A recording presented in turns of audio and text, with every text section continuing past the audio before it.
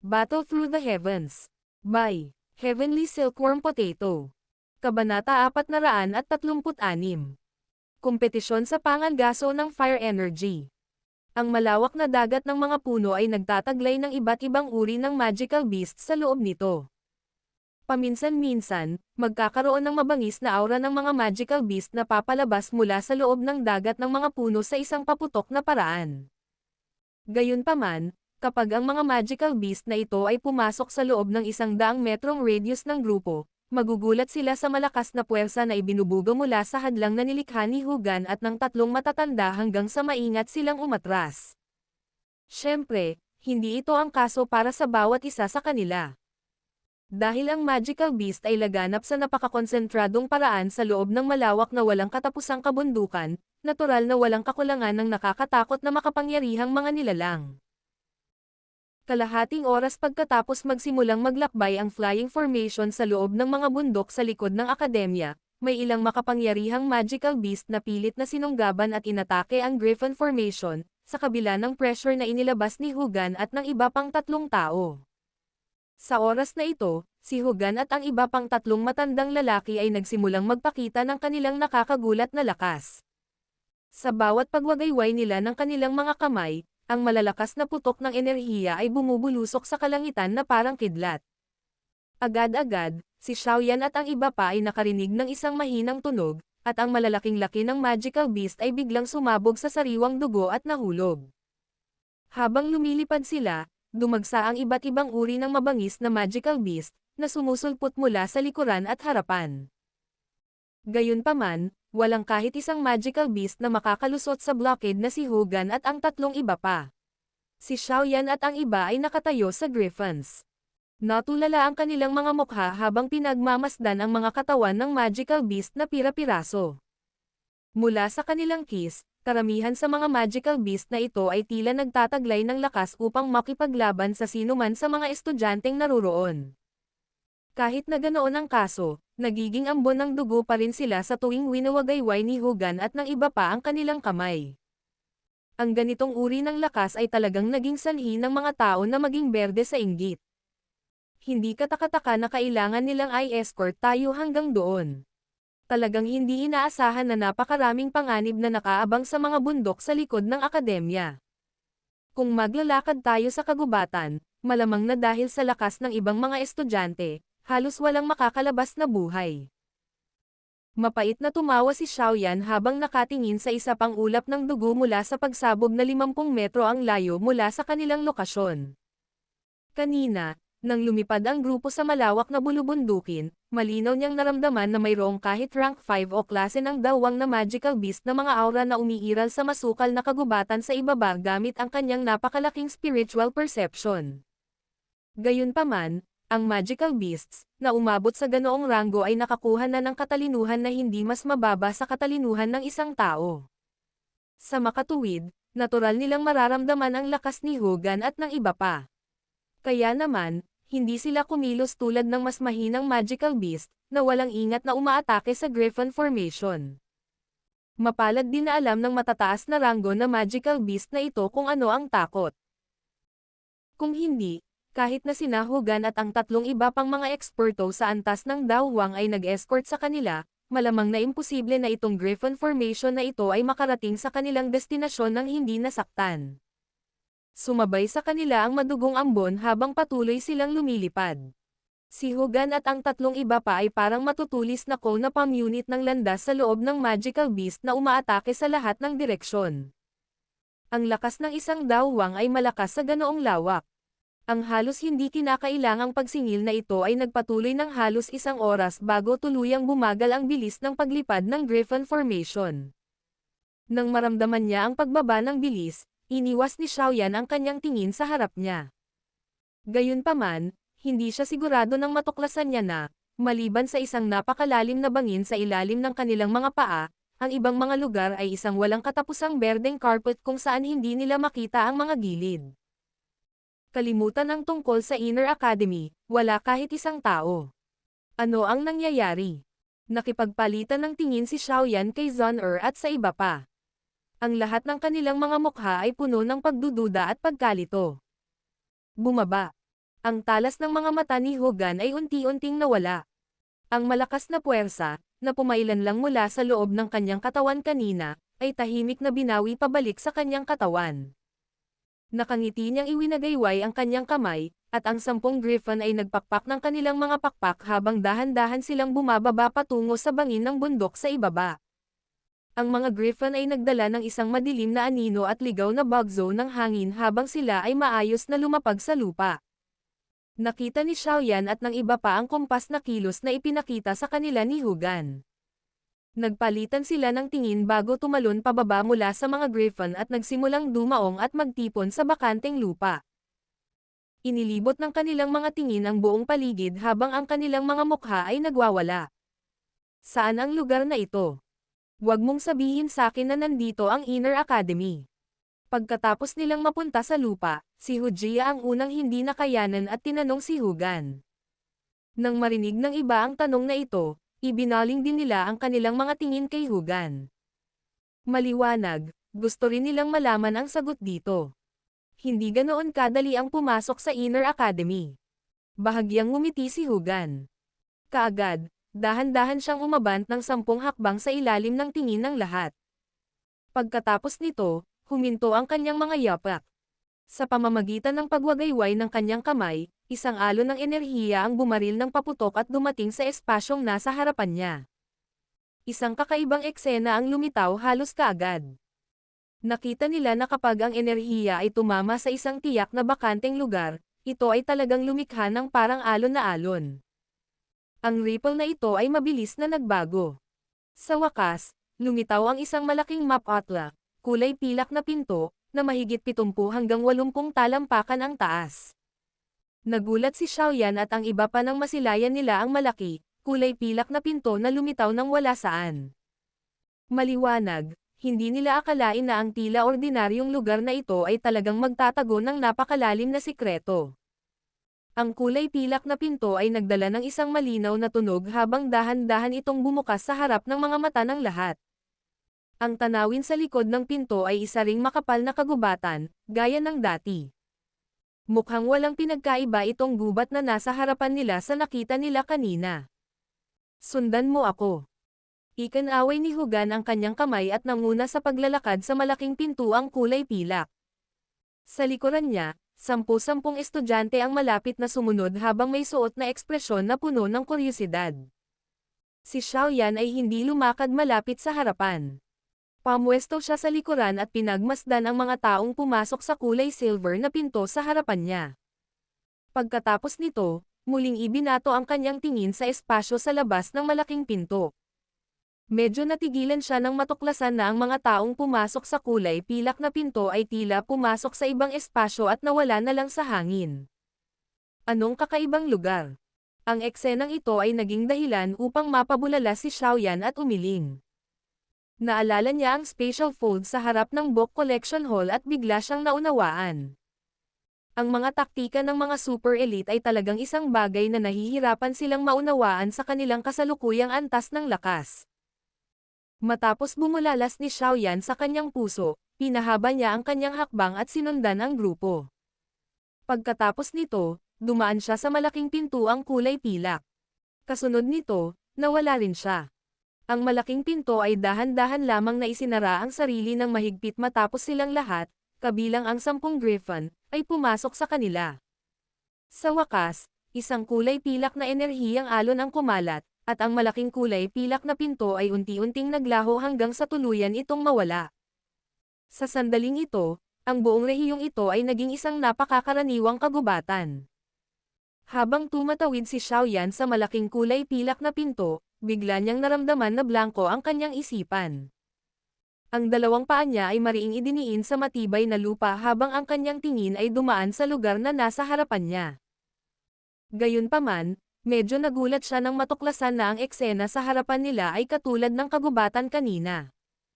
Kaya lang, sa sandaling ito, dalawang matandang lalaki at ilang nasa katanghaliang gulang na lalaki ang talagang hindi namamalayang lumitaw malapit sa kagubatan. Bukod pa rito, may mahigit 20 kabataan na nakatayo sa likuran nila.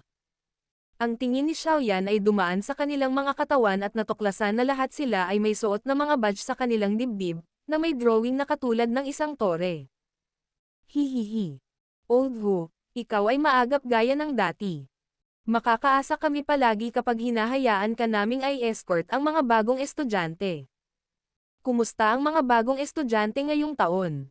Sa sandaling ito, ang isa sa dalawang matandang lalaki ay ngumiti sa nangunguna na si Hogan at sinabi nang makita niya ang malaking grupo ng mga tao na pumasok. Hindi masama. Ito ay tiyak na mas mahusay kaysa sa grupo noong nakaraang taon. Ngumiti si Hogan at nagsabi. Talagang hindi inaasahan na ikaw na ang magsagawa ng tungkulin sa taong ito. Mukhang magiging nakakapagod ito. Walang pagpipilian. Walang magawang umiling ang dalawang matanda. Lumapit kayong lima. Inikat ni Hogan ang kanyang katawan at sinenyasan si Xiaoyan at ang apat na iba pa gamit ang kanyang kamay. Nang makita niyang dumating na ang lima sa kanyang tabi, itinuro niya ang dalawang matandang lalaki at sinabing. Ang dalawang ito ay elder sa Inner Academy. Ito si Elder Su, at ang isa pang tao ay si Elder Ching. Kung mayroon kang anumang problema sa Inner Academy sa hinaharap, maaari mo silang hanapin. Hihihi. Ang limang maliliit na lalaki na ito ay ang nangungunang limang na ranggo sa qualifying competition ngayong taon ay hindi masama. Ang huling dalawang pangungusap na ito ay natural na binibigkas kina Elder Su at Elder Ching. Oh, ang mga titig ng dalawang elder ay may dalang kakaiba habang nilalampasan silang lima. Sa wakas, tumanggaw sila at sinabing. Ang makuha ang nangungunang limang sa edad na ito. Ang kanilang potensyal ay talagang mas mahusay kaysa sa huling batch. Anong magagandang babae? Mukhang magkakaroon ng dalawa pang pangalan sa beauty rankang sa loob ng Inner Academy. Pagkalabas ni Xiaoyan at ang apat na iba pa, ang mga mata ng ilang kabataang nakatayo sa likod ng mga nasa katanghaliang gulang ay agad na lumiwanag habang sila ay sumipol at nagsabi. Tumahimik ka. Kung sino pa ang magsabi ng anumang bagay na walang kaparirikan ay puputulan ng 5 araw ang oras ng pagsasanay sa tore. Tumalikod si Elder Su at sumimangot. Pilyong ngiti ang mga binata sa likod nang agad nilang itinikom ang kanilang mga bibig. Maliwanag, ang pagbabawas ng tinatawag na oras ng pagsasanay sa tore ay nagdulot sa kanila ng labis na takot. Matapos pagsabihan ang grupong iyon ng mga kabataan hanggang sa wala na silang lakas ng loob na magsalita pa, tumalikod si Elder Su. Hinarap niya si Xiaoyan at ang iba pang bagong estudyante habang dahan-daang nagsalita. Bago lang kayong lahat dito, kaya sana masanay kayong lahat sa lugar na ito. Sa ganoong paraan, makakamit ninyong lahat ang pinakamalaking benepisyong posible. Tingnan ninyo ang mga bastos na ito. Noong mga nakaraang taon, maaaring nakapasa sila sa qualifying competition sa Outer Academy ngunit nasa ibaba lang sila. Gayunpaman, sa loob lamang ng isang taon, tiyak na makakamit nila ang pinakamataas na oras, sa loob lang ng isang taon, tiyak na makakamit nila ang pinakamataas na lakas, sa loob lang ng isang taon, tiyak na makakamit nila ang pinakamataas na oras, sa loob lamang ng isang taon, tiyak na makakamit nila ang pinakamataas na oras, sa loob lang ng isang taon, tiyak na makakamit nila ang pinakamataas na oras, sa loob lang ng isang taon, tiyak na makakamit nila ang pinakamataas na oras, sa loob lang ng isang taon, tiyak na makakamit nila ang pinakamataas na oras, sa loob lamang ng isang taon, tiyak na makakamit nila ang pinakamataas na oras, sa loob lamang ng isang taon, tiyak na makapasok sila sa pinakamataas na oras. 10 sa inyong lahat. Bahagyang nagulat si Xiaoyan nang marinig niya ito. Nabaling ang kanyang tingin sa mga kabataang iyon at bahagyang nanigas ang kanyang tingin.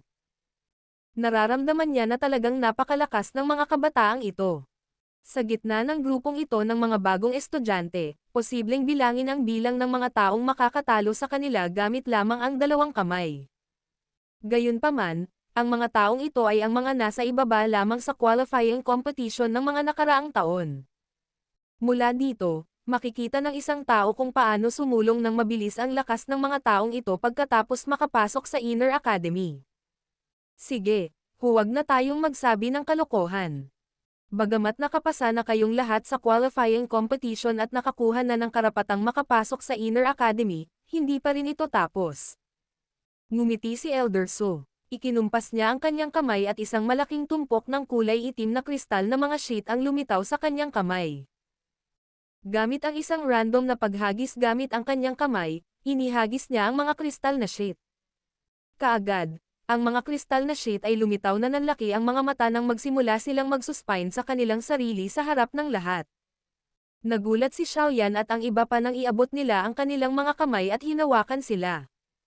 Nang makapasok na ang mga kristal na sheet sa kanilang mga kamay, agad na naramdaman ni Xiaoyan at ng iba pa ang kakaibang init na enerhiyang lumabas mula sa loob nito. Ibinaba nila ang kanilang mga ulo upang pagmasdan sandali at natuklasan na ito ay isang transparent na screen ng kristal.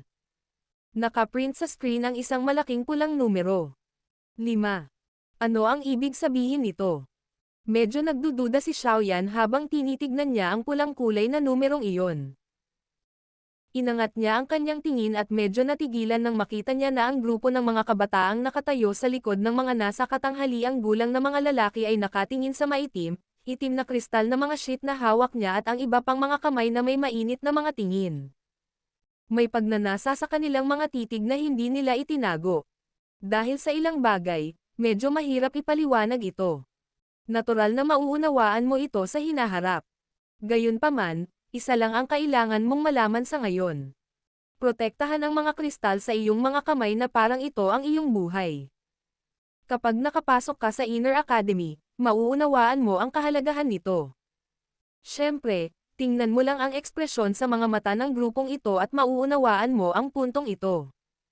Sa pagtatapos ng kanyang talumpati, itinuro ni Elder Su ang grupo ng mga kabataan sa likod at nakangiting sinabi.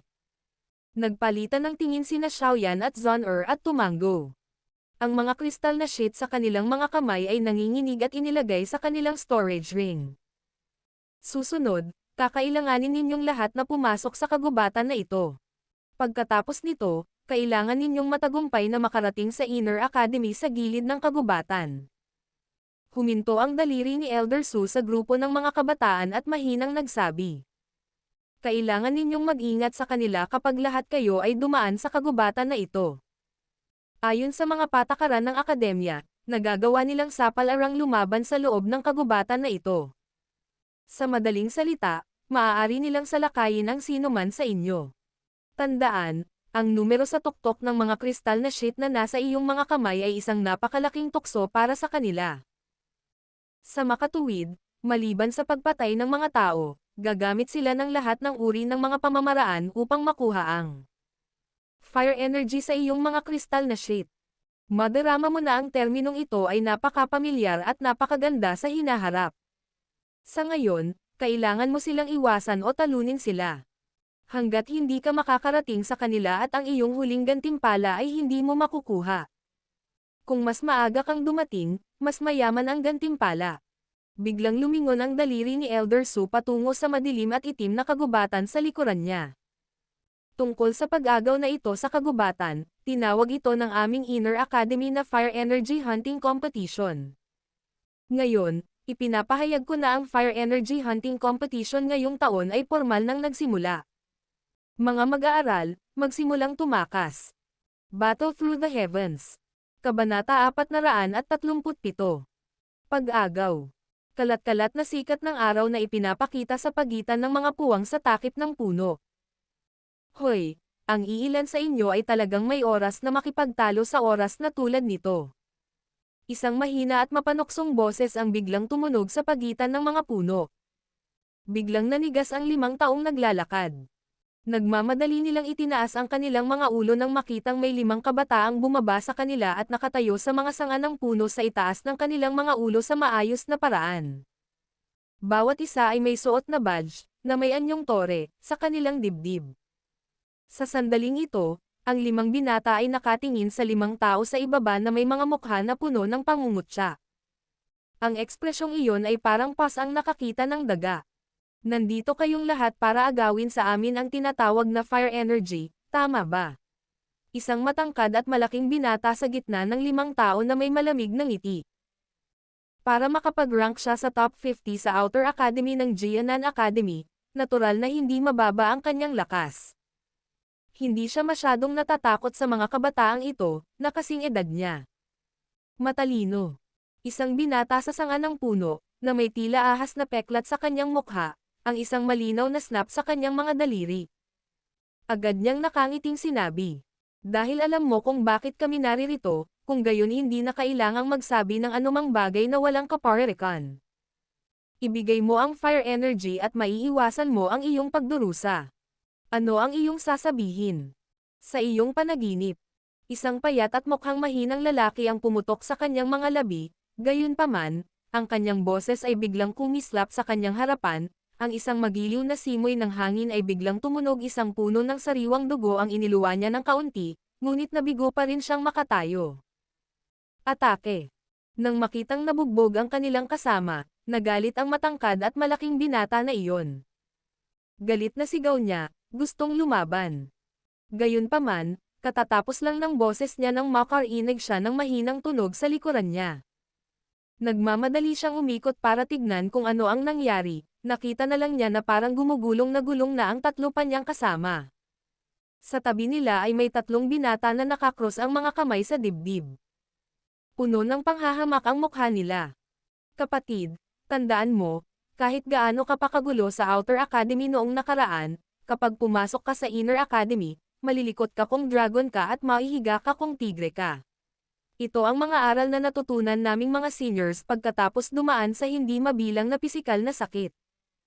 Ngayon, ituturo ko sa iyo ang leksyong ito ng librera. Isang tawa ang biglang narinig ng tainga ng matangkad at malaking binata. Isang anino ang agad na sumilay. Isang kamao, na kasing laki ng kaserola, ang marahas na nabasag sa kanyang mukha. Agad na bumagsak ang binata sa lupa. Napuno ng sariwang dugo ang bibig niya. Kung ayaw mong patuloy na mabugbog, ibigay ang iyong fire crystal cards. Ang binata na may peklat na hugis ahas ay pinilipat ang kanyang kamao at mahinang sinabi.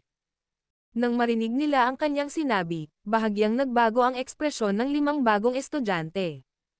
Gayunpaman, ilang sandali pa, nakapikit na lamang sila at naisip sa kanilang mga puso na ang isang matalinong tao ay higit na nakakaalam kaysa makipaglaban kapag ang mga posibilidad ay laban sa kanya bago kinuha ang tinatawag na fire crystal cards. Isang init ang bomb-alot sa mukha ng binatang iyon nang tanggapin niya ang mga card mula sa kamay ng 5 bagbog na estudyante. Niyakap niya ang mga card at binigyan ng mabangis na halik. Pagkatapos nito ay ikinaway niya ang kanyang kamay at inihagis ang natitirang 4 na baraha sa 4 na kasamahan. Binaliktad niya ang kanyang kamay at isang maputlang kulay asol na card ang lumitaw sa kanyang kamay. Kung titingnan ito ng mabuti, talagang mayroong isang nagninangas na pulang numero na 47 sa screen ng maputlang asol na card na ito. Hawak ng may peklat na binata ang itim na card sa isang kamay at ang maputlang asol na card sa kabilang banda. Pagkatapos nito, pinaglapit niya ang mga ito at buong lakas niyang hinimas. Agad na kumislap ang isang ilaw mula sa 2 baraha. Ilang sandali pa, namatay ang ilaw. Gayunpaman, ang numero sa maputlang asol na card na iyon ay naging 50 sa sandaling ito. Sa kabilang banda, ang numero sa dark black card na iyon at naging 2 mula sa 5. Chi, anong katangahan ang mga patakaran? Dapat tayong mag-iwan ng 2 araw ng fire energy para sa mga bagong estudyante. Napakasayang.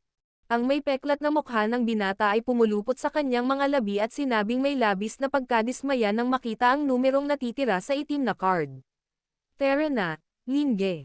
Kailangan nating i-maximize ang oras para patuloy na maghanap ng iba pang grupo. Sa wakas ay nakuha na natin ang kwalifikasyon para makasali sa Fire Energy Hunting Competition ng napakahirap. Kung hindi tayo makakuha ng 6 na araw na halaga ng Fire Energy, malaki ang pagkalugi natin. Iningatan ng isa pang binata ang Fire Crystal Card ng maayos at ibinalik ang maitim na Crystal Card sa mga kapos-palad na bagong estudyante bago lumingon sa binata na may peklat at sinabi. Tara na. Ang binata, na tinawag na Linge, ay tumango. Nakangiti niyang sinabi sa 5 bagong estudyante sa lupa. Nahabag ang mga maliliit na tao. Ito ang resulta ng hindi marunong magtrabaho bilang isang pangkat. Dapat mong tandaan ito sa hinaharap. Pagkatapos nito, maaari kang maging katulad namin sa susunod na taon, na darating upang agawin ang fire energy ng mga bagong, walang muwang na mga mag-aaral. Huwag itong ipaglaban sa amin. Ito ay ang landas na dapat tahakin ng bawat bagong mag-aaral na papasukin sa academy. Sa isang malakas na tawa, winagayway ni Linge ang kanyang mga kamay at silang lima ay nag-flash sa mga sanga ng puno. Pagkatapos nito ay humabol sila sa direksyon na patungo sa mas malalim na kagubatan, naiwan ang limang nakakunot noong at berdeng mukha ng mga bagong estudyante. Sa pag-alis ng grupong iyon ng mga matatandang estudyante, ang ilang mga bagong mag-aaral ay maaari lamang umakyat sa kanilang mga paa na may malungkot na mukha pagkatapos mawalan ng lakas ng loob ng ilang sandali. Ang bawat isa sa kanila ay nagpalitan ng mabangis na mga tingin sa isa't isa at talagang nagkalat, bawat isa ay may sariling landas.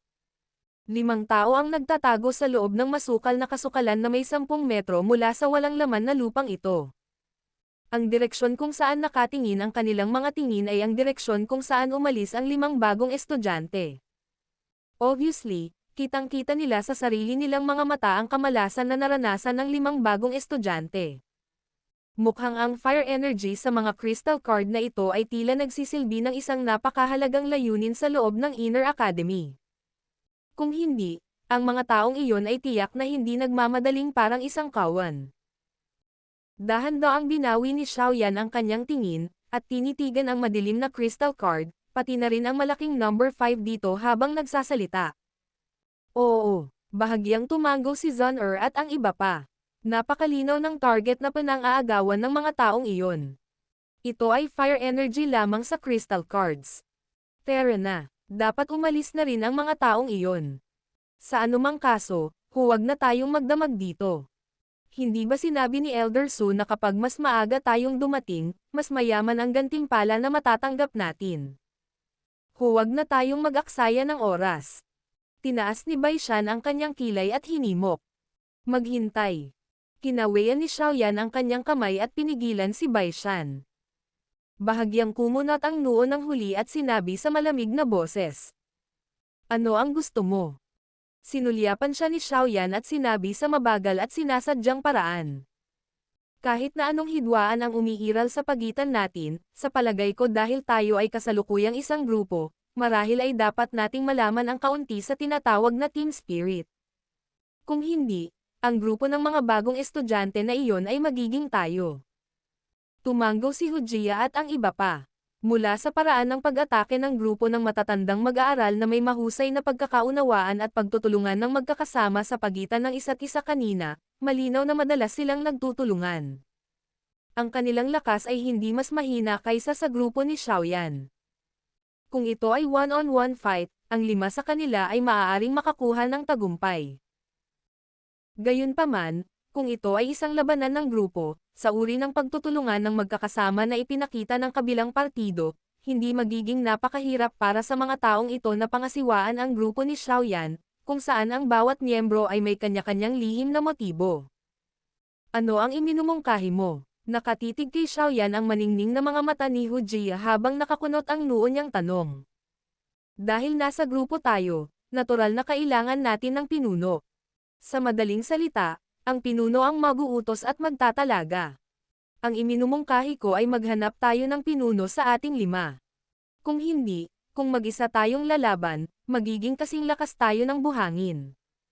Natatakot ako na magiging napakahirap para sa atin na matagumpay na umalis sa kagubatan na ito at ang mga taong nakapaligid sa atin ay dahan-daang pinutol kami ni Xiao at ang mga taong nakapaligid sa amin. Nagulat si Hujia at ang ilang iba pa nang marinig nila ito. Agad silang nag-alinlangan saglit bago tumango silang lahat. Ang mga salitang ito na sinabi ni Xiaoyan ay totoo. Ang isang pangkat na kumilos ayon sa utos ay magpakailanman na makapagpapakita ng mas malakas na lakas sa pakikipaglaban kung ihahambing sa isang grupo ng mga nakakalat na individual. Kung gayon, sino ang magiging pinuno? Si Wu Hao, na ang buong katawan ay nababalot ng kulay dugo na damit, ay tumahimik saglit bago nagtanong ng pinakabuhol na tanong. Natahimik si Xiaoyan at ang iba pa nang sabihin ni Wu Hao ang mga salitang ito. Ilang sandali pa, iginalaw ni Zun-Er ang kanyang mga yapak at tumayo sa tabi ni Xiaoyan. Ginamit niya ang kanyang aksyon upang ipahiwatig ang kanyang pinili. Nang makita ang aksyon ni Zun-Er, ang ekspresyon ni Baishan at ng iba pa ay nagkaroon ng ibang pagbabago. Pagkaraan ng ilang sandali, si Hujia, na magkadikit ang mga kilay, ay walang magawang umiling at sinabing, "Sige. Dahil sa mukha ni Zun-er, magtitiwala ako sa iyo minsan." Nang matapos niyang sabihin ito, pumunta rin siya sa gilid ni Xiaoyan at ibinato ang tingin sa dalawa. "Ang lakas mo. Sumusuko ako. Wala akong anumang problema sa pansamantalang pakikinig sa mga utos mo." Unti-unting tumunog ang mahinang boses ni Wu Hao. Agad din siyang naglakad patungo kay Xiaoyan. Medyo pangit ang ekspresyon ni Bai Shan habang pinagmamasdan ang tatlong taong nakatayo sa gilid ni Xiaoyan. Ang kanyang mga mata ay kumislap sa hindi matukoy na paraan. "Bai Shan, kung ayaw mo, aalis muna tayong apat." Tinitigan ng tingin ni Xiaoyan si Bai Shan at mahinang sinabi, "Ikaw." Nagbago ang ekspresyon ni Bai Shan nang marinig niya ito. Tumango lang siya ng may galit habang humakbang palapit kay Xiaoyan at malamig na sinabi, "Sige, ikaw na ngayon ang pinuno ng aming grupo. Gayunpaman, ito muna ang sasabihin ko. Huwag mong isipin na gamitin kami para lumaban sa harapan. Hindi kami mga tanga na papayag na gamitin kami ng iba bilang mga palaboy. Ang mga bagay na ito ay karaniwang bagay para sa aming grupo. Natural na hindi ko hihilingin sa sino man na pumunta at harangin ang kalaban ng mag-isa." Napatingin si Xiaoyan sa kanilang apat. Isang matalim na kislap ang biglang bumungad sa kanyang itim na mga mata habang mahina niyang sinabi, "Gayunpaman, ngayong naging pinuno na ako ng grupo, sana bago tayo umalis sa kagubatan na ito, walang sino man sa inyo ang gagawa ng isang bagay na magdudulot sa atin ng malaking pinsala dahil sa pag-double face mo sa akin. Kung hindi, hindi mo ako dapat sisihin, Xiaoyan. Hindi ito ang unang pagkakataon na tayo ay huling nakipag-ugnayan sa aking pagkatao. Dapat ko kayong lahat. Nakahiga sa klinika ng 7 araw sa pagkakataong ito, kaya ko pa." Nang marinig ang mga salita ni Xiaoyan na naglalaman ng babala, ibinaba ni Hujia ang kanyang mga labi ngunit hindi nagsalita ng anumang pagtutol, tumango si Wu Hao at kumaibot ang sulok ng bibig ni Bai Shan. Makalipas ang mahabang panahon bago nagawang pigilan ni Bai Shan ang bagzo ng damdamin sa loob ng kanyang puso.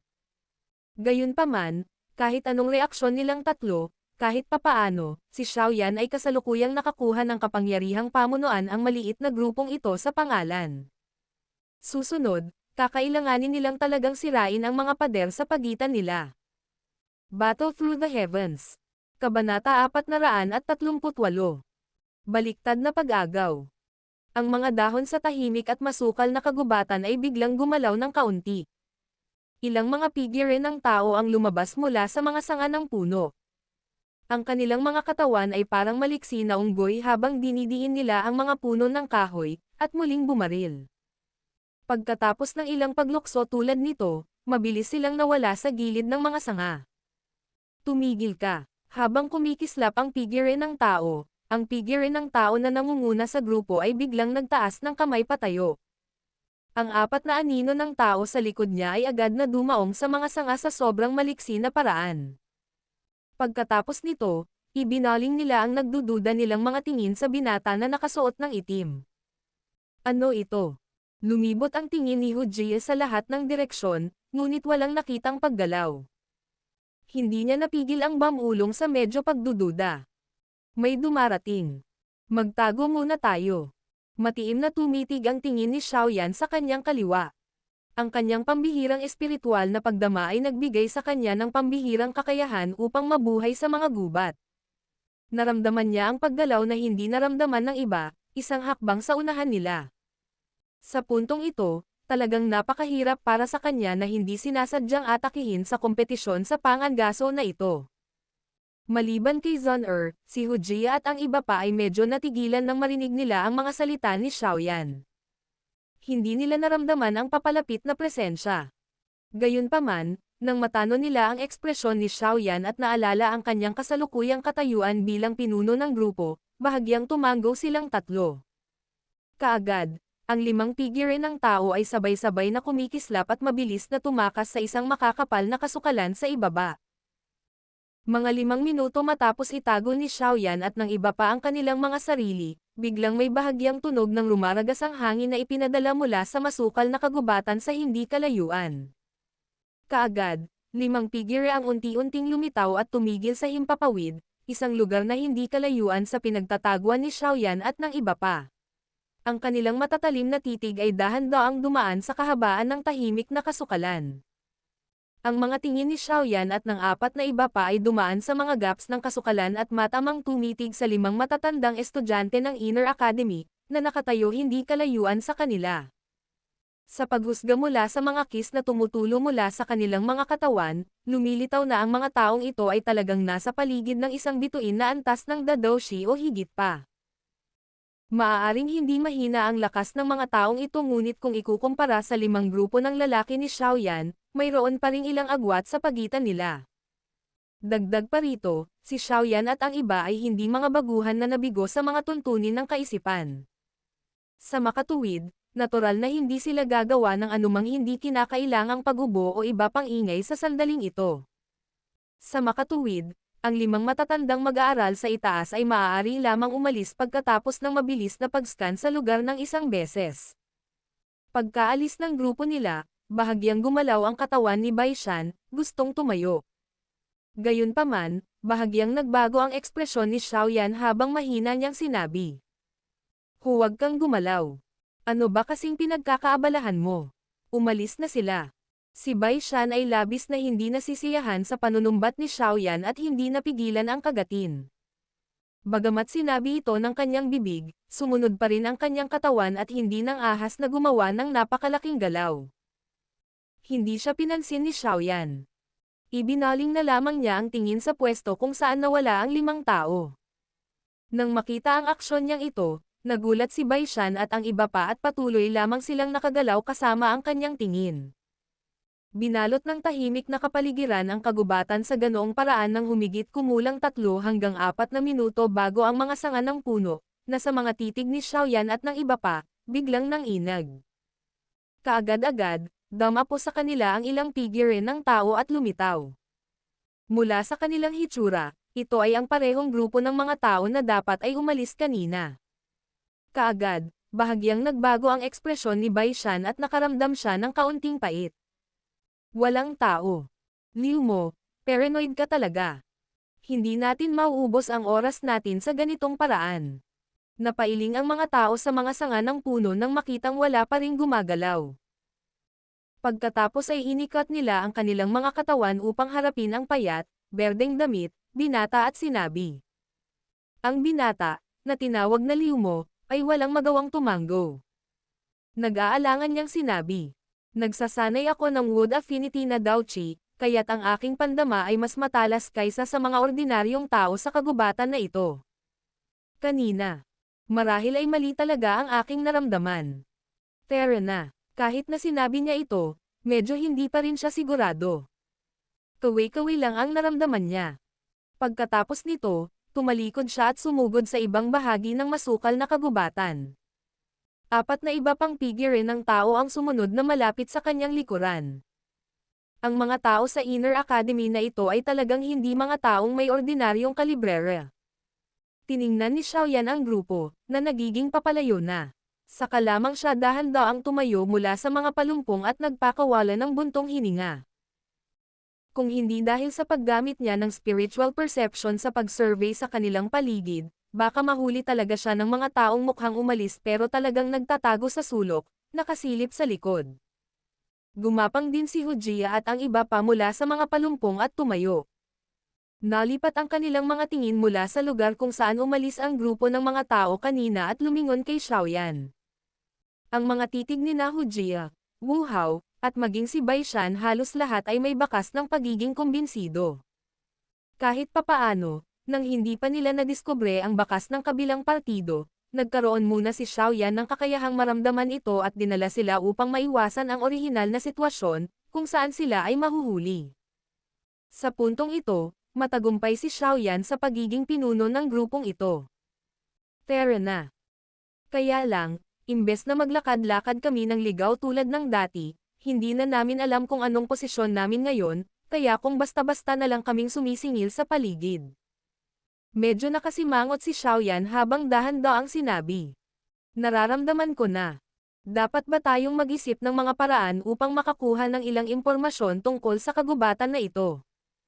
Ang eksaktong bilang ng mga matatandang estudyante na lumalahok sa kompetisyon sa pangangaso na ito at ang kanilang antas ng lakas. Kung hindi, kung tayo ay magrampo sa lahat ng paraan, mahuhulog tayo sa isang sitwasyon na napapaligiran dahil sa kakulangan ng impormasyon tungkol sa ating mga kalaban. Gayunpaman, marahil ay maaari nating makuha ang mas matatandang grupo ng tagumpay kapag nakaharap natin ang isang mas matandang grupo. Mga mag-aaral sa laban, sa tingin ko ay malabong matatalo natin silang lahat, tama ba? Sa hindi malamang dahilan, ang mga estudyanteng ito ng Inner Academy ay mukhang napaka-experience sa pakikipaglaban. Medyo nag-alinlangan si Zhon'er bago biglang bumuka ang kanyang bibig para magsalita. Nagulat si Xiaoyan at ang iba pa nang marinig nila ito. Agad silang nag-isip sandali at tumango. Totoo ang sinabi ni Zhon'er. Sa lugar na ito kung saan hindi sila pamilyar sa lupain at mga tao, maya-maya ay makakatagpo sila ng ilang matatandang mag-aaral na mas malakas kaysa sa kanilang sarili kung sila ay tatakbo kung saan-saan at ang kanilang bilis ay mabagal. Sa lugar na ito, ang mga taong may impormasyon na hinahanap natin ay tila mga estudyante lamang ng Inner Academy, tama ba? Huwag mong sabihin sa akin na dapat nating kunin ang impormasyon mula sa kanilang mga kamay. Pinagdikit ni Baishan ang kanyang mga kilay at sinabing. Hinaplos ng kamay ni Xiaoyan ang kanyang baba. Pagkaraan ng ilang sandali, sinabi niya ang kanyang mga saloobin. Maglakad tayo saglit at tumingin sa paligid. Kung may pagkakataon na kumilos tayo, maaari tayong pumili ng isang grupo ng mga matatandang mag-aaral na mag-aklas. Hindi tayo tulad ng mga ordinaryong grupo. Basta tayo ay mas maingat at huwag maakit ang iba pang mga grupo ng mga matatandang mag-aaral. Sa tingin ko ay dapat nating kainin ang isa sa kanila. Ang mga ekspresyon sa mukha ni Hujia at ng iba pa ay natigilan nang marinig nila ang mga salita ni Xiaoyan. Ang ibang mga bagong mag-aaral ay nag-iisip ng mga paraan upang maiwasan ang mga grupo ng mga nakatatanda, gayunpaman, si Xiaoyan ay talagang sinusubukan ngayon na atakihin ang isang mas matandang grupo ng mga mag-aaral.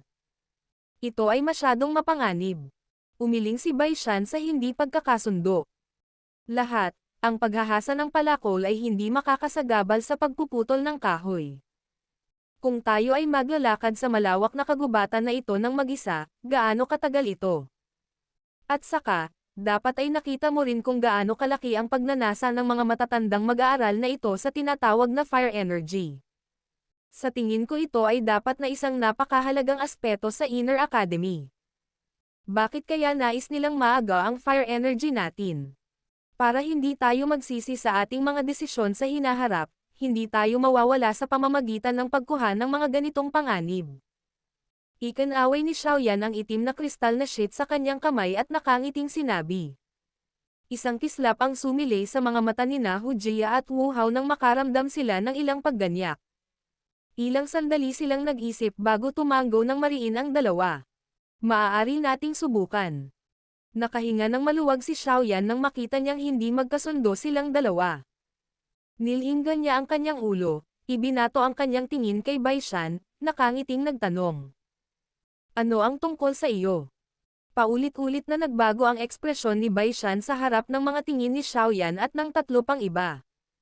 Ilang sandali pa bago niya itinikom ang kanyang mga ngipin at sinabing. Sige. Subukan natin.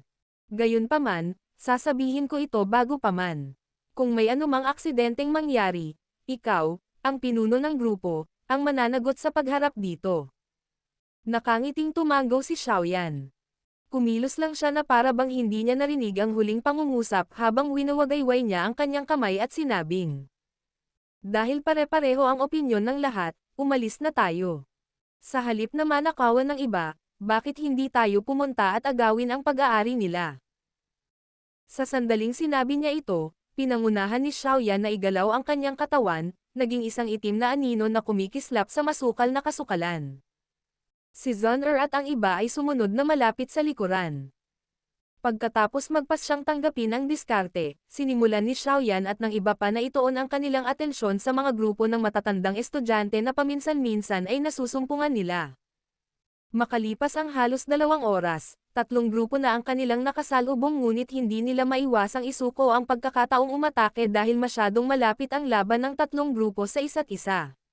Si Xiaoyan at ang iba pang 4 na tao ay muling pinanood ang isang grupo ng matatandang estudyante na dumaan sa kanila, sa itaas ng kanilang mga ulo, mula sa loob ng makakapal na palumpong.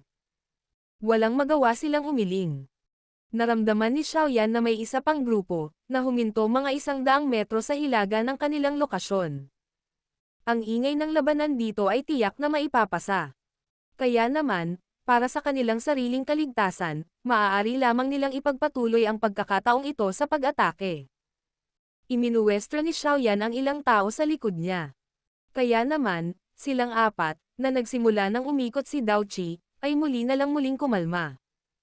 Hindi nagtagal pagkatapos na dumaan sa kanila ang grupo ng matatandang estudyante, tatayo na sana si Xiaoyan at aakayin sila palayo nang huminto ang kanyang mga yabag. Itinagilid niya ang ulo at ibinato ang tingin sa hilaga. Naramdaman niyang biglang huminto ang grupo doon. Pumunta ka, saglit na nag-alinlangan si Xiaoyan.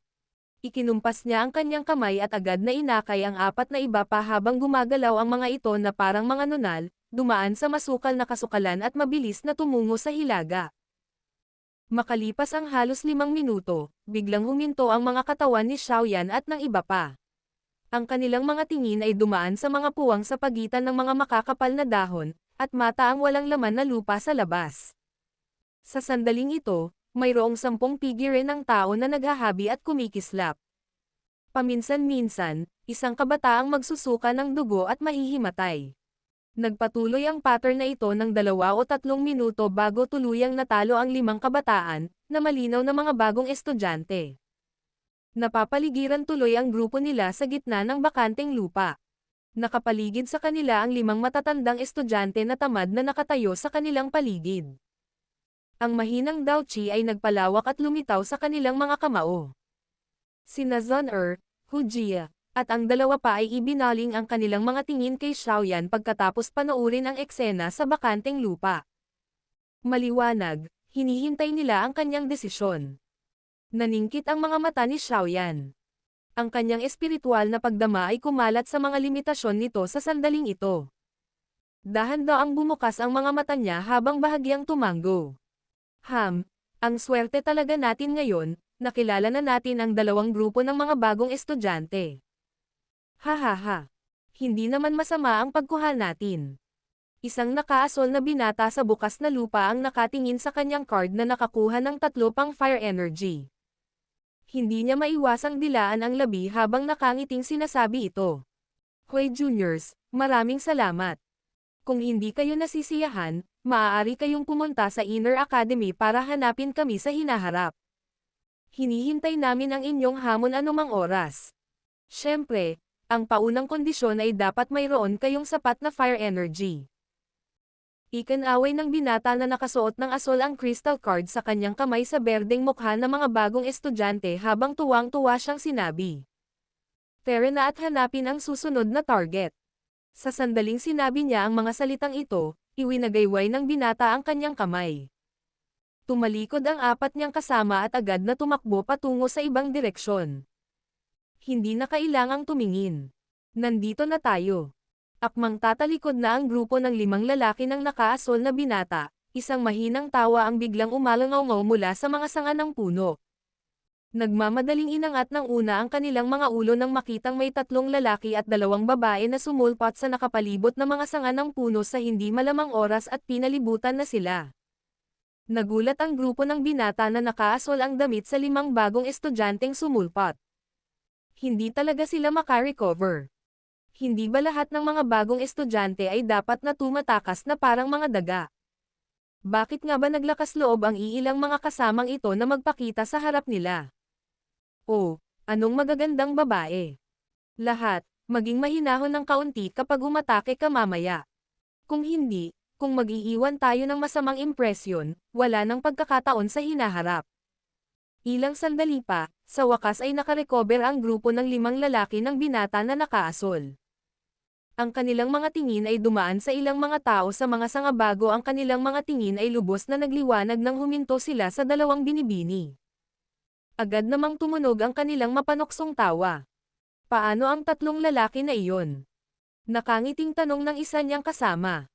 Napangiti ang binata na nakasuot ng kulay asul nang marinig ito. Isang mabangis na aura ang bumungad sa kanilang mga mata habang ibinuka nila ang kanilang mga kamay at walang magawang nagsabi. Dahil ang mga bagong estudyanteng ito ay napakayabang, tayo bilang kanilang mga nakatatanda, ay dapat na natural na magturo sa kanila kung paano sila dapat mabuhay sa Inner Academy, tama ba? Sa makatuwid, hayaan silang makakita muna ng dugo. Ang ganitong uri ng pamamaraan ay ang pinaka-epektibong paraan upang maunawaan nila kung anong uri ng mga saloobin ang dapat nilang panatilihin sa loob ng Inner Academy. Hahaha. Nang marinig nila ang kanyang sinabi, nagtawanan ang 4 na matatandang estudyante sa kanyang tabi.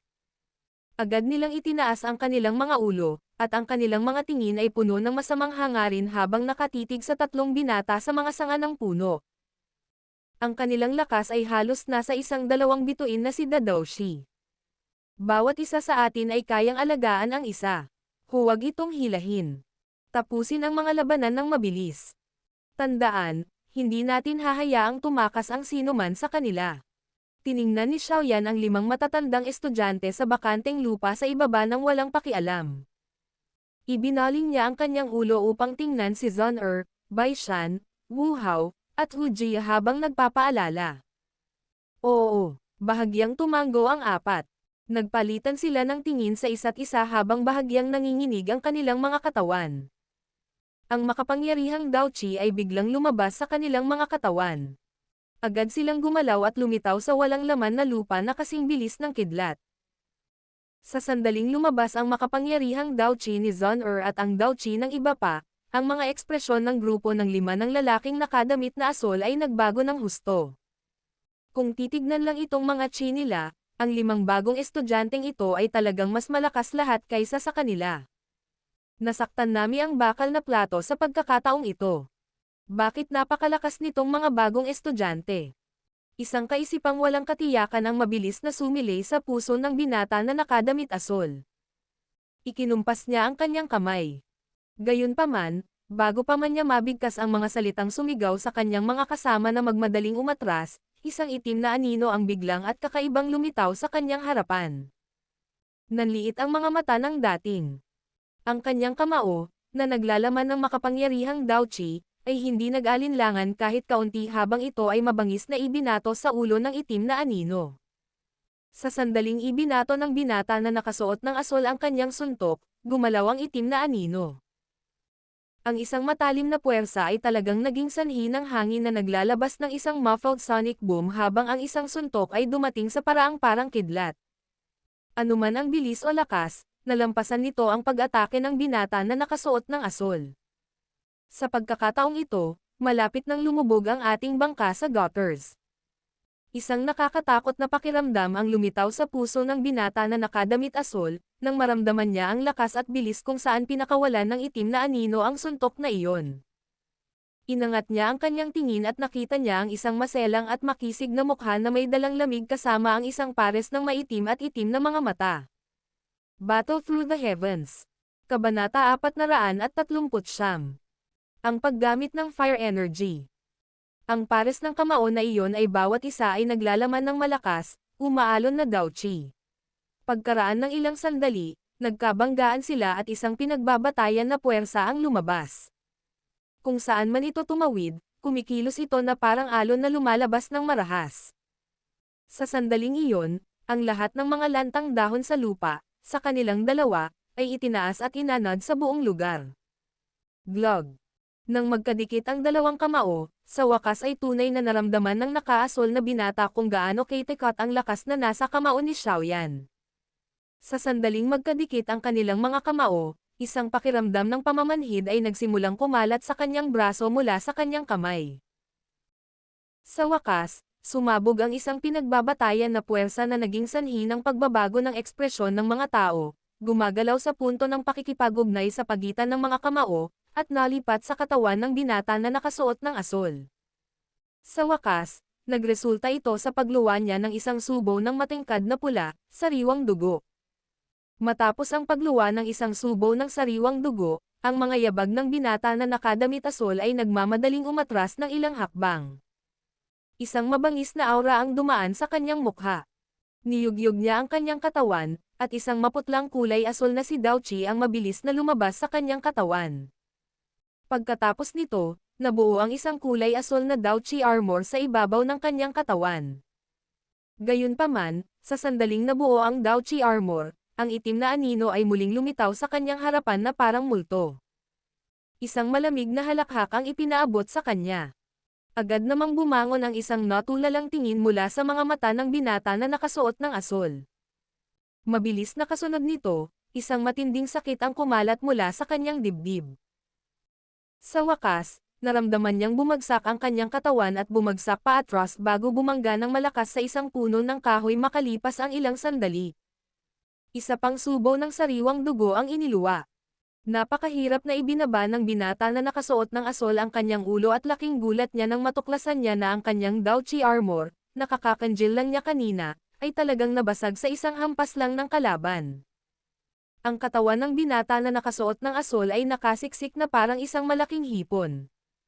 Bago niya itinaas ang kanyang ulo, narinig niya ang isa pang muffled sound na tumunog sa gilid. Pagkatapos noon, gamulong-gulong ang apat niyang kasama sa gilid niya na may mga mukha na pare-parehong tumutulo ang dugo. Sa sandaling ito, nagkaroon talaga ng karagdagang gulat sa kanyang mukha. Napayakap ang binata na nakaasol ang kanyang dibdib nang biglang lumitaw ang isang pares ng paa sa kanyang harapan. Isang mahinang boses din ang tumunog. Kung gusto mong ipagpatuloy ang pagbugbog, maaari kayong lahat ay lumulutang. Wala akong pakialam na magtapon pa ng ilang sipa. Nang marinig niya ang mga salitang ito, nanginig ang buong katawan ng binata na nakasuot ng asol. Pagkatapos nito ay dali-dali niyang inangat ang ulo habang medyo nanginginig. Pinagmasdan niya ang nakaitim na binata sa kanyang harapan pati na rin ang dalawang lalaki at dalawang babae sa likuran niya. May kung anong takot sa kanyang mga mata. Ikaw. Ano ang gusto mo? Magtatanong ako at ang kailangan mo lang gawin ay sagutin. Mula sa isang mas mataas na lugar, tumingin si Xiaoyan sa limang matatandang estudyante na nagsusuot ng nakakatakot na mga ekspresyon. Ang kanyang kamay ay dahan-daang humawak sa heavy Zuan ruler sa kanyang likod at agad itong iginuhit sa isang biglaang paggalaw. Ang mabigat na pinuno ay nagdala ng napakalaking pagpindot ng hangin habang ito ay ipinasok sa lupa sa harap ng mukha ng binata. Ang katawan ng malaking pinuno ay nagbigay sa huli ng isang napakalaking pakiramdam ng presyon na bumababa sa kanya. Ano ang gusto mong itanong? Napalunok ng laway ang binata na nakasuot ng asol. Unti-unti din siyang naging mahinahon.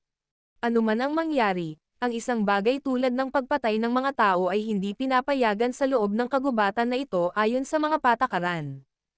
Kung hindi, ang mga elder, na nagmamasid sa lahat ng aktibidad sa loob ng kagubatan na ito sa lahat ng oras, ay agad na magpapakita ng kanilang sarili. Ang parusa para sa mga lumabag sa mga patakaran ay matutukoy batay sa sitwasyon.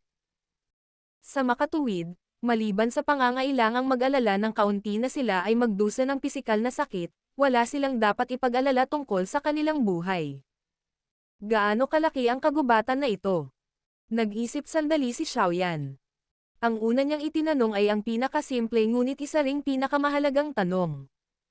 Kung ang laki ng kagubatan ay malaki, pagkatapos ay kailangan niyang maghanda para sa isang pangmatagalang labanan.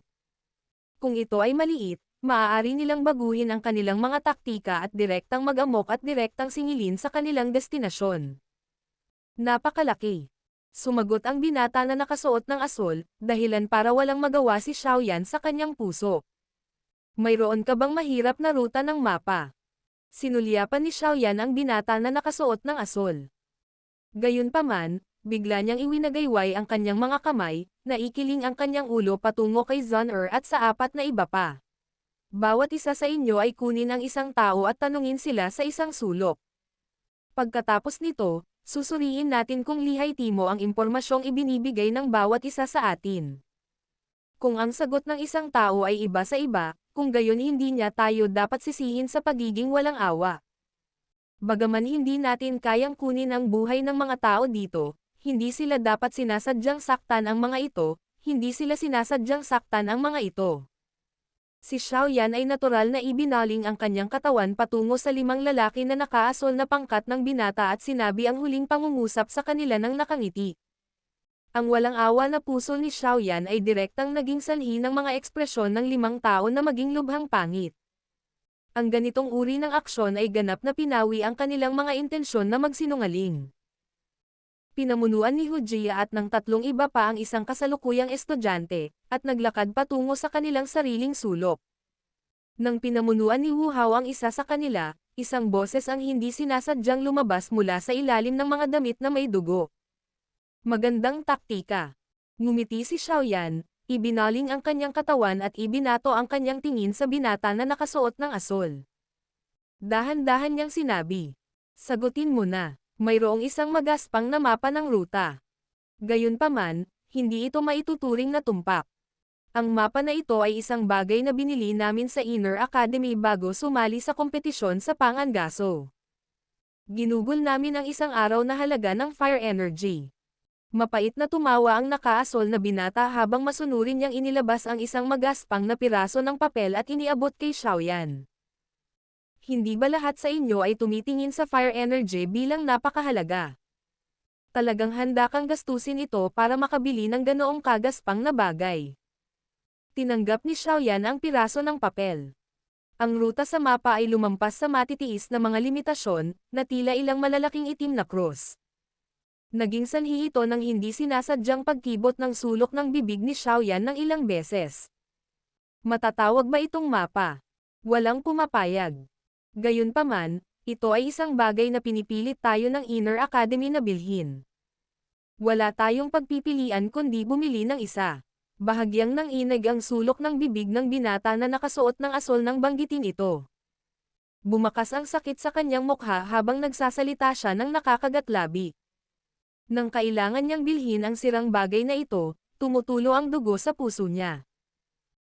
Kung hindi lang dahil kaya nilang agawin ang fire energy sa mga bagong estudyante kung sasali sila sa hunting competition, hindi niya kusang loob na gumastos ng isang araw na halaga ng fire energy para bilhin ang walang katuturang mapa na ito kahit na siya ay mabugbog hanggang mamatay.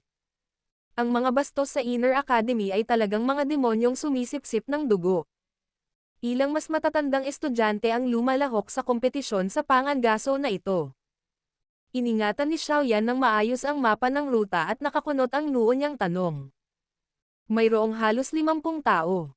5 tao sa isang grupo na may kabuuang 10 grupo. Ang mga mata ng binata na nakadamit na asol ang iba pang 4 na sulok kung saan nagaganap ang mga interogasyon at bumuntong hininga. Hindi niya masabi kung magsasabi ng totoo o magsisinungaling ang mga kasama niya. Gayunpaman, kung ikukumpara niya ang mga pagkakataon ng dalawa, maaari lamang niyang piliin na sabihin ang totoo. Ano ang kanilang lakas? Halos pareho ba sila sa inyong lahat? Patuloy na tanong ni Xiao Yan. Ang mga salita ni Xiao Yan ang naging dahilan ng pagmulat ng mga mata ng binata na nakasuot ng asol. Ano ang tinatayang pareho sa inyong lahat? Mayroong 8 grupo na halos kapareho namin. Lahat kami ay mga estudyante na pumasok sa Inner Academy noong nakaraang taon. May 2 pang grupo, na mas matatandang mga mag-aaral mula noong nakaraang taon. Mas matagal silang nanatili sa Inner Academy kaysa sa amin. Kaya naman, mas malakas ang kanilang lakas kaysa sa amin. Sa palagay ko ay malamang na nasa kapantay mo sila. Ang binata na nakaasol na lalaki ay nakatingin kay Xiao, na tila nagtataka sa sarili niyan. Bakit ba talagang napakalakas ng bagong estudyanteng ito? Dapat malaman na noong nakaraang taon, noong papasok pa lang sa akademya ang batch nila ng mga bagong estudyante, kahit ang iilang fellow na nasa top 5 ay ninakawan din minsan sa gubat na ito. Bagamat sila ay lumaban, ang hidwaan sa pagitan ng bawat isa sa kanila pagkatapos noon ay nagresulta sa kanilang nahihirapang bumuo ng isang malaking sukat na paghihiganti. Kaya naman, pinaghiwalay sila at natalo. Ito ay ganap na hindi katulad ng kakaibang pangyayari sa taong ito kung saan ang mga matatandang estudyante ang ninakawan sa halip. Habang iniisip niya ang nakapanlulumong bagay na ito, Ang nakaasol na binata ay nagkaroon ng udyok na pag-alitan ang kanyang ina. Pareho silang mga bagong estudyante, ngunit bakit napakalaki ng agwat sa pagitan ng kanilang mga paggamot? Parehas sa akin. Sumimangot si Xiaoyan nang marinig niya ito. Ang mga miyembro ng dalawang grupong ito ay halos kasing lakas niya. Medyo magulo iyon. Lumilitaw na talagang magkakaroon ng ilang kahirapan sa pagsisikap na masira ang fire energy hunting competition na ito ng madali. Napakadaling makilala ang dalawang grupong iyon. Ang lahat ng miyembro ng isa sa mga grupo ay nakasuot ng itim, habang ang isa naman ay nakasuot ng lahat ng puti. Sa fire energy hunting competition bawat taon, magkakaroon ng dalawang malalakas na grupo na lalahok. Tinatawag ng Inner Academy ang dalawang pinakamalakas na grupong ito na Black-White Evil Stopper. Sa nakalipas na 10 taon, walang nakarinig ng anumang bagong grupo na nakaharang sa kanilang mga estudyante. May kaunting paggalang sa boses ng binata na nakasuot ng asul. Black-White Evil Stopper. Binibigkas ni Xiaoyan ang pangalang ito sa kanyang bibig habang bahagyang tumango. Lumingon siya at nakipagpalitan ng tingin kay Zun-Er at sa iba pa. Pagkatapos nito, tinanong niya ang pinakamahalagang tanong. Ano ang silbi nitong tinatawag na fire energy sa loob ng Inner Academy? Bakit lahat kayo ay baliw na baliw dito? Ang fire energy ay ang pinakamahalagang bagay sa Inner Academy. Ito rin ang dahilan kung bakit ang lakas ng mga bagong estudyante ay tataas ng mabilis pagkatapos pumasok sa Inner Academy para magsanay. Ang binata na nakasuot ng asul ay nag-alinlangan bago sinagot ang tanong na ito ng ilang sandali bago siya walang magawang ibinuka ang kanyang bibig upang magsalita ng hawakan ni Xiaoyan ang hawakan ng Heavy Zuan ruler gamit ang kanyang kamay. Sa Inner Academy, mayroong isang Sky Flame Chi Training Tower na nakabaon sa ilalim ng lupa. Kung ang isa ay magsasanay sa loob ng tore, ang isa ay makakamit ang higit pa. Ang isang tao ay makakamit ang higit pa sa mas kaunting epekto ng pagsasanay. Ang tore, mas mabilis ang bilis ng pagsasanay syempre, ang presyo ay mahal din sa punto ng pagiging mapangahas. Kung gusto ng isa na pumasok sa Sky Flame Chi Training Tower, dapat may sapat na fire energy sa kanilang Fire Crystal Card para sa mga gastusin. Lumilitaw ang fire energy sa ilang araw. Ang Fire Crystal Card na nasa iyong mga kamay ay kayang bayaran ang gastos mo sa lahat ng pagsasanay sa tore sa loob ng 5 araw. Pagkatapos ng 5 araw, maaari ka lamang pumunta at kumita ng fire energy ng mag-isa. Siyempre, sa unang araw ng bawat buwan, bibigyan din ng Inner Academy ang lahat ng 7 araw na halaga ng fire energy bilang mga gastos sa pamumuhay. Nang sabihin niya ang huling pariralang ito, medyo kakaiba ang ekspresyon ng binata na nakasuot ng asul. Natigilan ang mukha ni Xiaoyan nang marinig ang mga salita ng binata na nakasuot ng asul. Ito ay hindi inaasahan na ang paraan ng pagsasanay ng Inner Academy ay kakaiba ngunit kahanga-hanga. Kung gusto ng isa na pumasok sa tinatawag na Sky Flame Chi Training Tower para magsanay, kailangan talaga magbayad ng bayad. Ang tinatawag na bayad na ito ay ang fire energy sa Fire Crystal Card. Kung gusto ng isang tao na magsanay, kailangan niyang gamitin ang fire energy bilang gastos. Hindi nakakagulat na ang mga taong ito ay nagnanais ng fire energy sa ating mga kamay sa ganoong sukat. Tumawa ng mapait si Xiaoyan.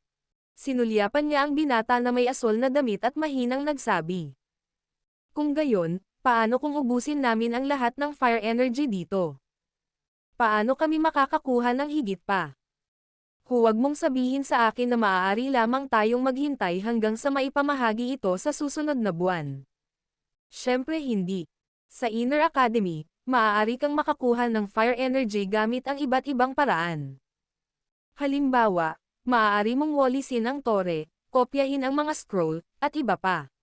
Natural, ang fire energy na nakukuha sa pag-asa dito ay napakaliit. Kaya, ang ilan sa mga mas malalakas na estudyante ay pupunta at manghuli ng magical beasts, gamit ang kanilang monsterly core para mapalitan ng fire energy ang iba. Sumasang-ayon ang party, makakalaban sila sa sports arena ng Inner Academy.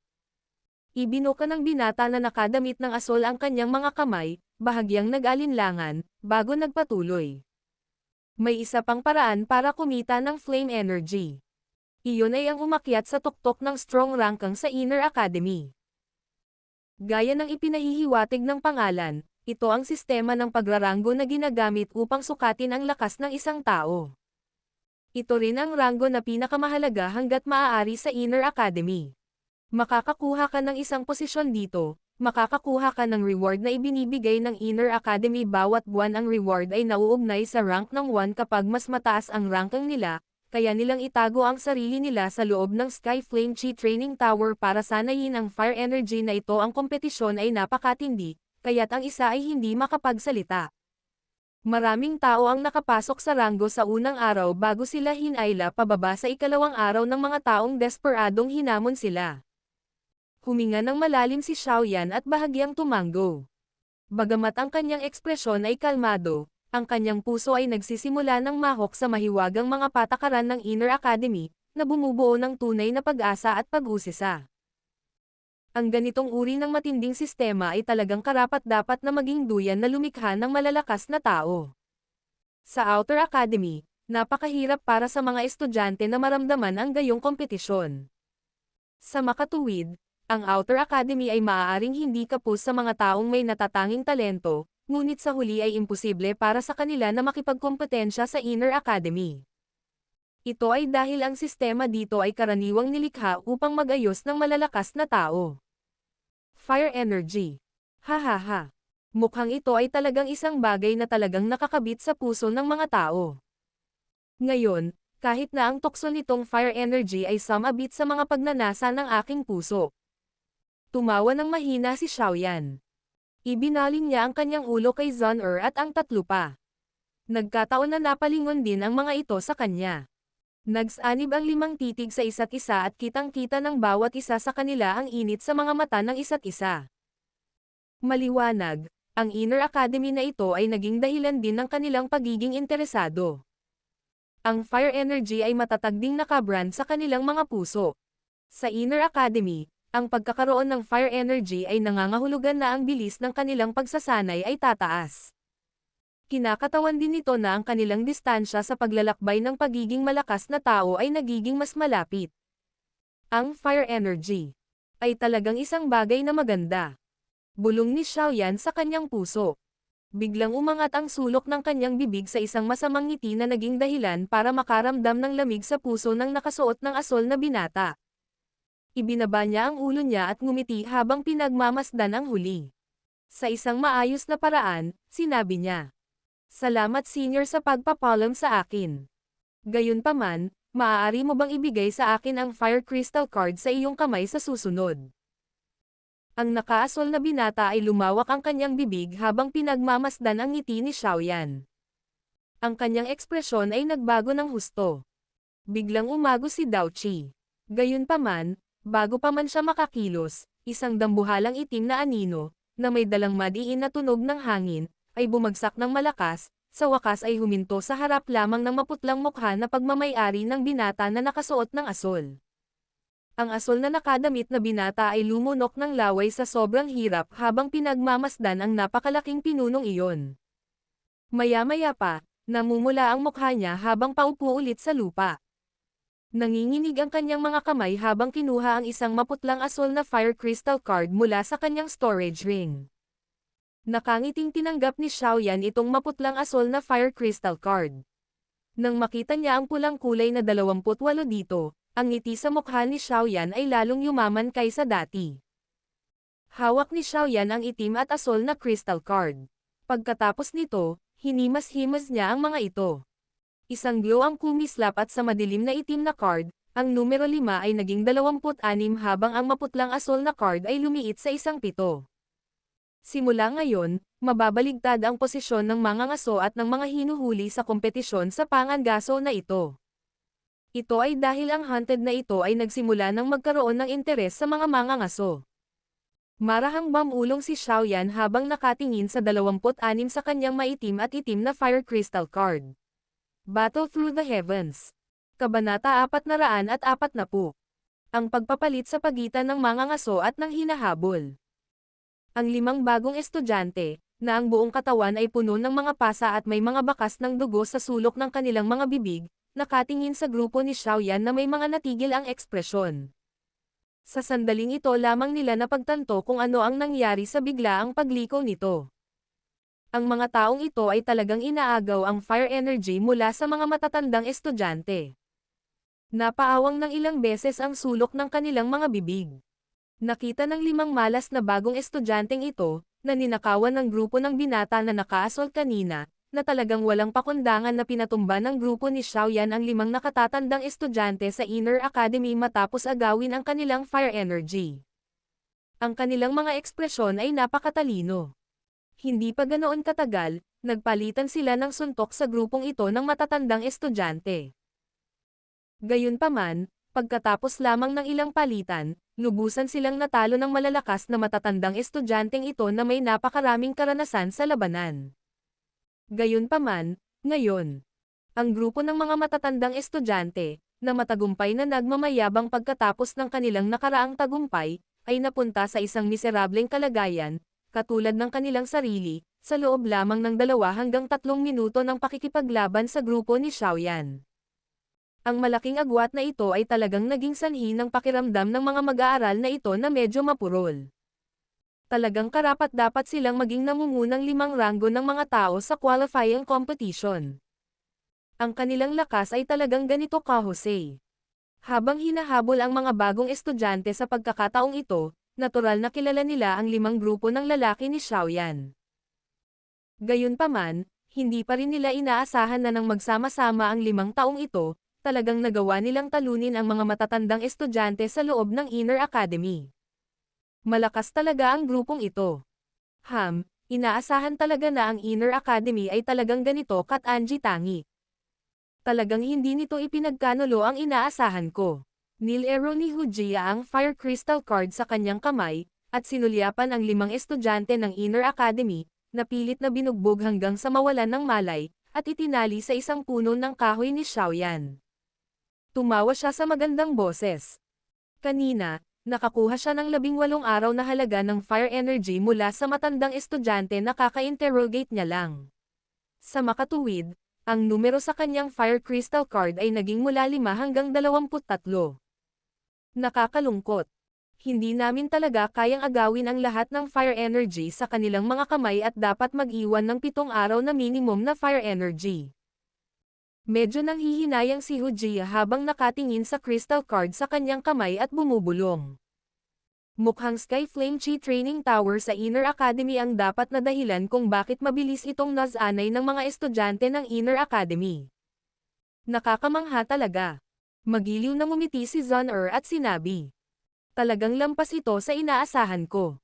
Dahan-daang ang tumanggaw si Wu Hao at nagpatuloy. Gayunpaman, kung ihahambing natin, mas interesado ako sa tinatawag na strong rankang. Hahanap ako ng pagkakataon na hamanin sila pagkatapos nating pumasok sa Inner Academy. Walang magawang umiling si Xiaoyan nang marinig niya ang mainit na fighting spirit na nakatago sa mga salita ni Wu Hao. Masyadong baliw ang taong ito sa pakikipag-away.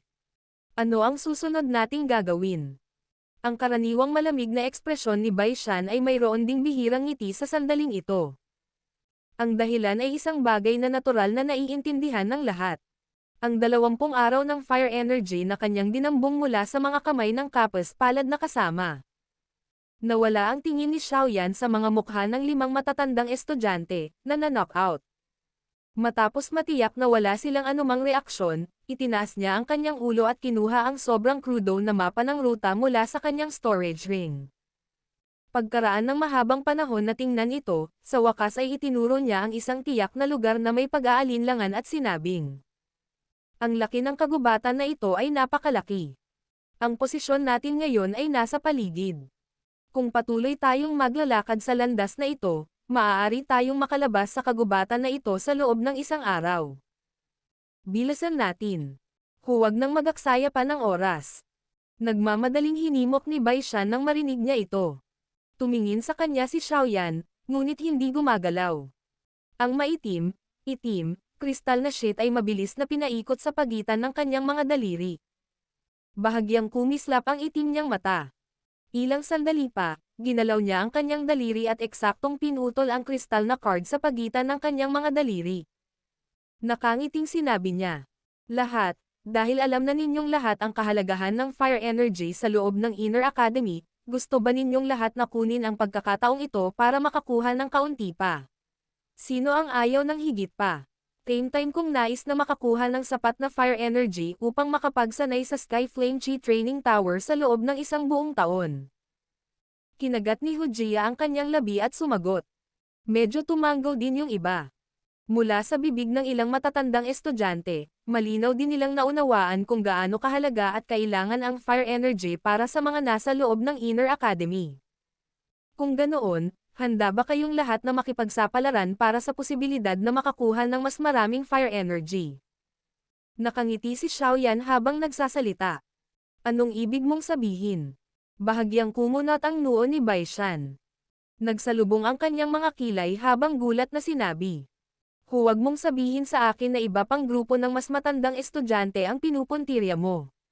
Dahil maaari nilang agawin ang atin, bakit hindi natin agawin ang kanila? Napangiti si Xiaoyan at nagpatuloy. Bukod dito, kung titingnan natin ito sa mga tuntunin ng lakas, maliban sa dalawang tinatawag na Black-White Evil Stopper na grupo, sino man sa mga natitirang grupo ay hindi makakalaban sa atin hanggat hindi natin sila hahayaang magsanib puwersa at atakihin tayo. Ito na ang ating pagkakataon. Ano ang masasabi mo? Maglakas loob ka bang subukan? Natahimik sina Hujia, Wu Hao, at Baishan nang marinig nila ang mga salitang ito mula kay Xiaoyan. Magiliw na tumawa si Zun-Er at nakatayo pa rin sa tabi ni Xiaoyan, gamit ang kanyang mga aksyon upang ipahayag ang kanyang pinili. Sandaling nagpatuloy ang katahimikan. Si Wu Hao ang unang tumango habang tumugon sa malalim na boses. May kapalit lang kung may panganib. Hanggat maglakas loob kang gawin ito, hindi ako matatakot kahit kaunti. Baliw na tao. Okay, sige, na humiling sa akin na labis din ang pagnanasa para sa fire energy.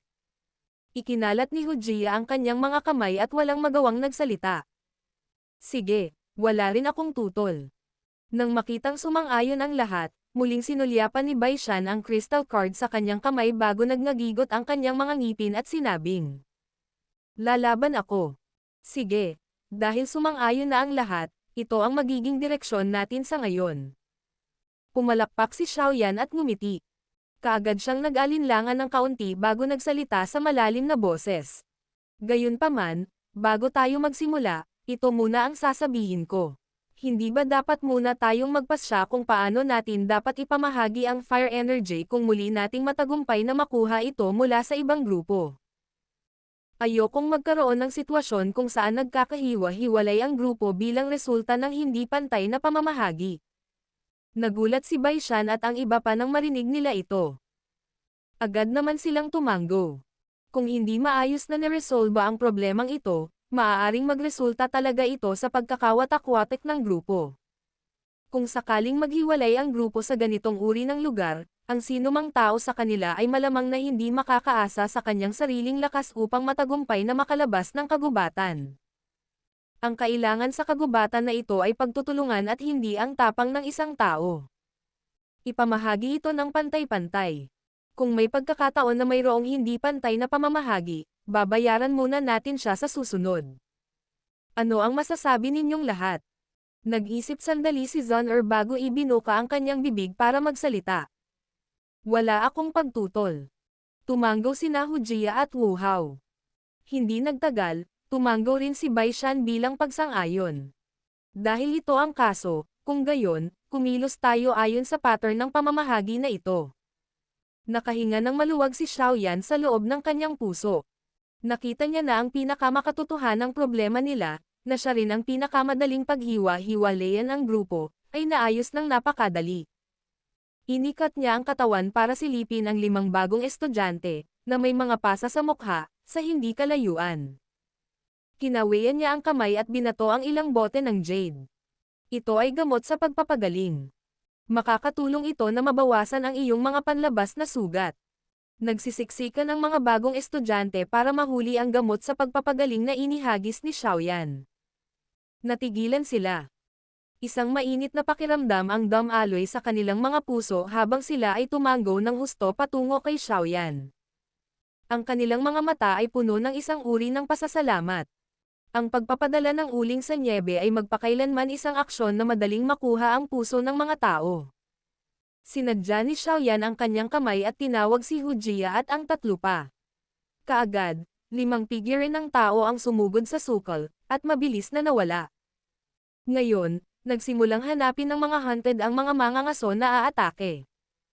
Mayroong 2 matandang lalaki na naka-cross-legged sa ibabaw ng isang malaking puno sa loob ng kagubatan.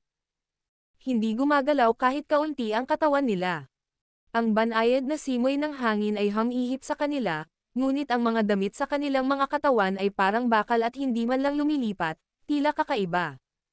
Sa isang tiyak na sandali, ang 2 matandang lalaki, na nakapikit, ay biglang nagmulat ng kanilang mga mata. Nagkatinginan sila at nakita nila ang gulat at tawa sa mga mata ng isa't isa. Hihihi. Mabuti, mabuti. Ang mga bagong mag-aaral sa taong ito ay higit na kawili-wili kaysa sa mga nakaraang taon. Isang matandang nakasuot ng kulay abo ang unang bumuka ng kanyang bibig habang nakangiti ito. Ang 5 maliliit na kasamang iyon ay dapat ang nangungunang 5 ranggo ng kompetisyon sa kwalifikasyon ngayong taon, tama ba? Ang kanilang mga kalakasan ay lahat ay mahusay at ang kanilang mga potensyal ay pambihira. Hindi nakakagulat na kaya nilang talunin ang mga senior student group mula sa Inner Academy. Tumango at nagpuri ang isa pang matandang nakasuot ng asol na damit. Ang batang iyon na namumuno sa kanila ay tila tinatawag na Xiaoyan, tama ba? Siya ay matapang. Gusto ko siya.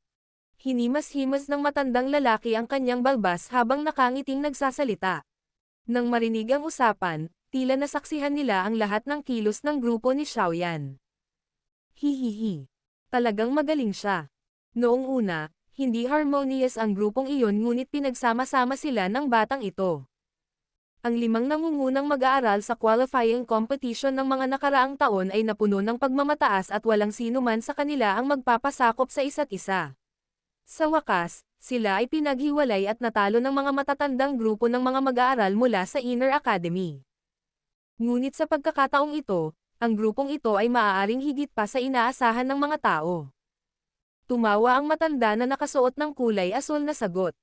Gayunpaman, hindi rin namin magawang tapusin ang mga resulta ngayon.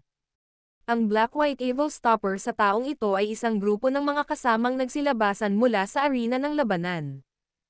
Ang kanilang lakas ay hindi isang bagay na may kukumpara ng isang ordinaryong grupo. Kung ang grupo ni Xiaoyan ang makakasalubong nila, mahirap sabihin kung sino ang mananalo at kung sino ang matatalo.